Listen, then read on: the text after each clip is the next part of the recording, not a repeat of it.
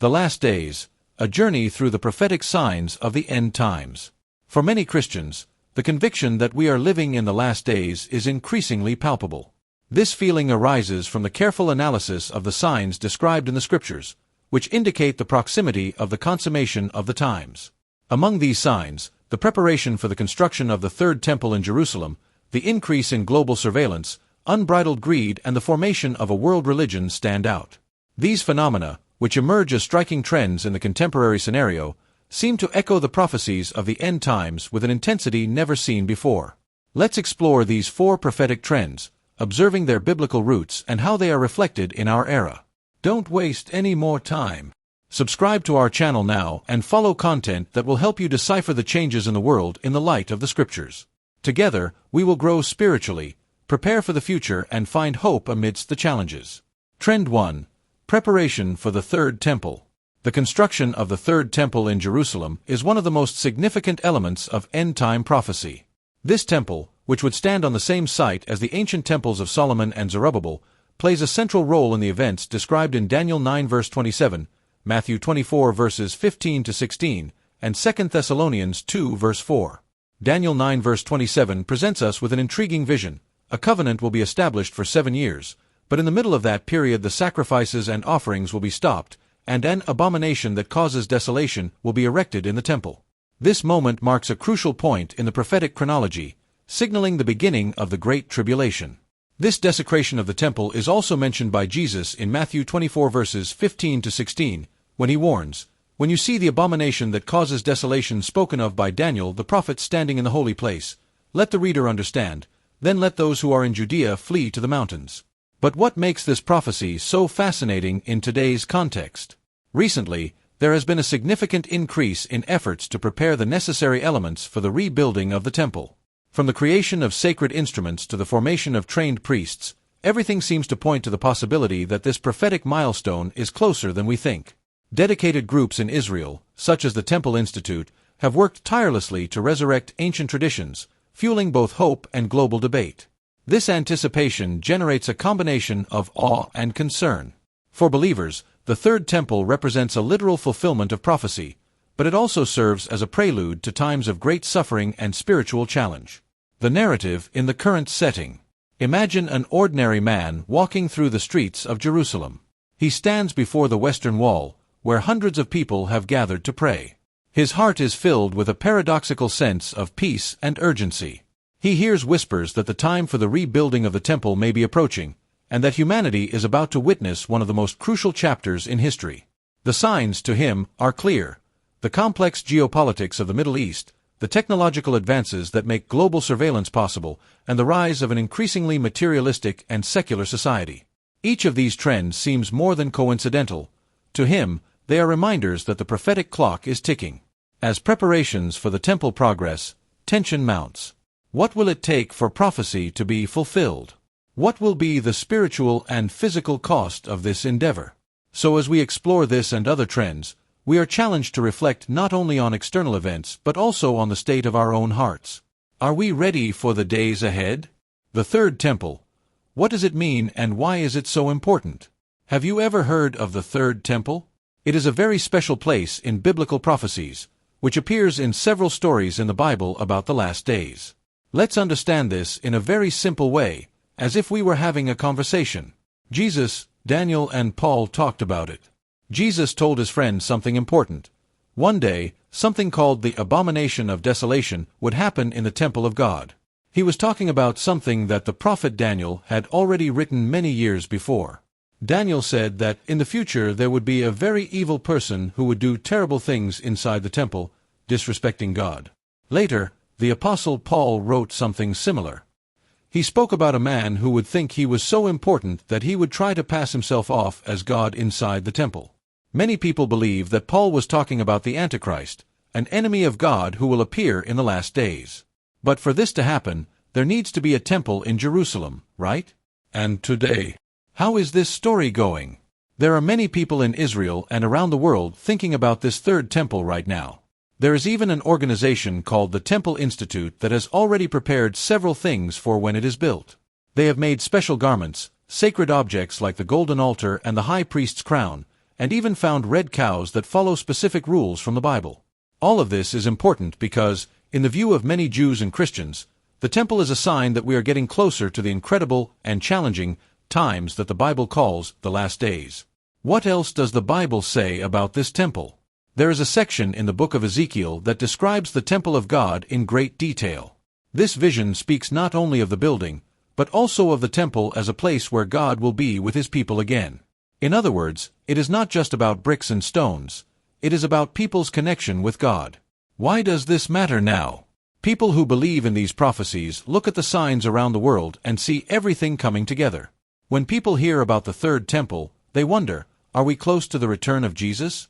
This story isn't just about the past or the distant future.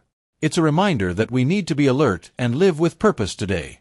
After all, more important than a physical temple is the temple inside each of us, the space where God wants to be present at all times. The third temple, more than just a building. Imagine that a group of people are preparing to build a super important building called the third temple there in Jerusalem. But this temple isn't just a beautiful or historic place. According to the Bible, it's one of the signs that very big things are about to happen. Now, here's the interesting part. Many people around the world are keeping an eye on this temple. It's not just about stones and bricks, but about God's bigger plan for the world. The Bible says that events in the temple are linked to end-time prophecies. And you know what's even more incredible? It's not just about the construction of the building. Many things around us, such as tensions in the Middle East, interest in sacred objects, and the search for ancient religious practices, indicate that something big is coming. This is all part of a bigger story. Surveillance is increasing. Have you noticed that we are being watched all the time? Cameras in schools, airports, on cell phones. It sounds like something out of a movie, right? But this is already our reality. In the Bible, in Revelation 13 verses 16 to 17, there is a prophecy about a time when all people will have to have a mark in order to buy or sell. This mark of the beast would be like a total control system, where every movement, every purchase, and every action would be monitored. And do you know what's scary? We are heading towards this without even realizing it. Today, we use facial recognition, fingerprints, and even apps that know where we are. Many of these technologies started out for good reasons, such as security or health, but now they are becoming part of our daily lives. We are getting used to being watched. What does all this mean? For those who believe in God's promises, these things are clear signs that we are following His plan. We are not to be afraid, but rather to be prepared. Doing good, praying, and keeping our eyes on what's important. So if you hear someone talking about the third temple or all-seeing cameras, don't be alarmed. Think of it as a reminder that there's a bigger plan going on, and you're part of it. The beginning of change. We're living in a world where surveillance is already part of everyday life. You know that your cell phone can listen to your conversations, that cameras on the street know where you've been, and that even your smartwatch tracks your health. It started out innocently enough. It's for your safety, they said. It's to make your life easier. And we agreed. But what's next? Governments and big companies are developing even more advanced technologies. Now, it's not just about where you go or what you do, but who you are on the inside. Your heart rate, body temperature, and even your thoughts can be tracked. Some organizations already dream of a world where a leader can, in real time, know what each person is feeling as he or she speaks. Are you angry? They'll know. Are you bored? They will know too. The invisible control. Now think of something even more impressive. Microchips in the brain. It seems like an incredible invention, right?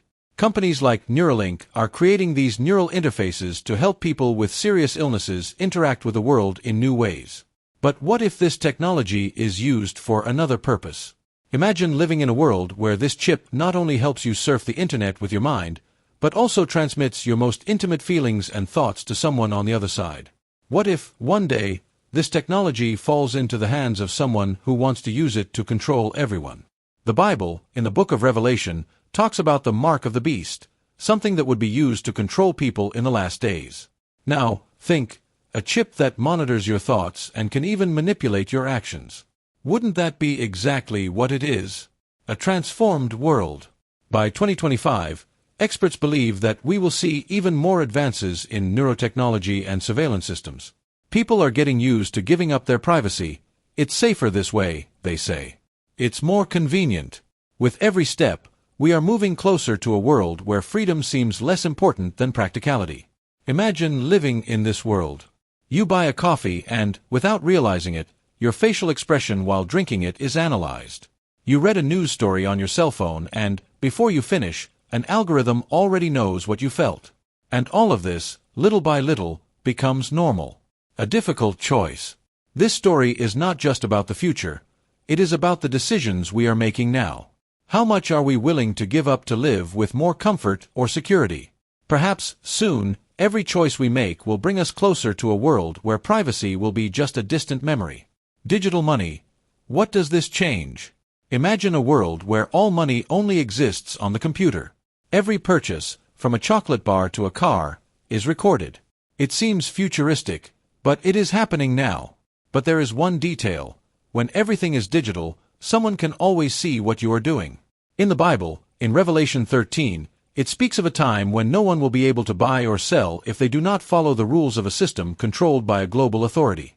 Now, with digital money, this seems more possible, right? If you don't obey this system, they can block your purchases with a click. What if? Now, think about it. What if one day the government or companies decide that you can't spend your money because they don't agree with your ideas or beliefs? This may seem scary, but the world is heading towards something like this. They already have tools to track everything we buy, and this is increasingly being used to decide who is on their team or not. Why does this matter to Christians? The Bible warns us that in the last days, there will be a system like this. It will be led by someone very powerful and deceitful, called the Antichrist. This system will control not only money, but also people's freedom. Jesus warned us that many will try to deceive even the most faithful, Matthew 24 verse 24. So, we need to be careful. These technological changes, such as biometric surveillance, chips that connect brains to the internet, and the lack of physical money, are showing us that prophecies may be coming true before our very eyes. What should we do? You may be thinking, what now?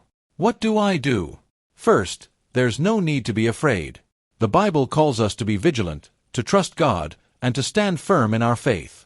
Praying, seeking the truth, and being spiritually prepared are all important steps.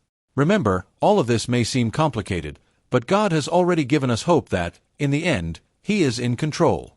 Our mission is to be ready, to live in faith, and to help others understand what's happening. So, let's stay alert and keep doing good. After all, the more prepared we are, the more confidence we will have in God's plan.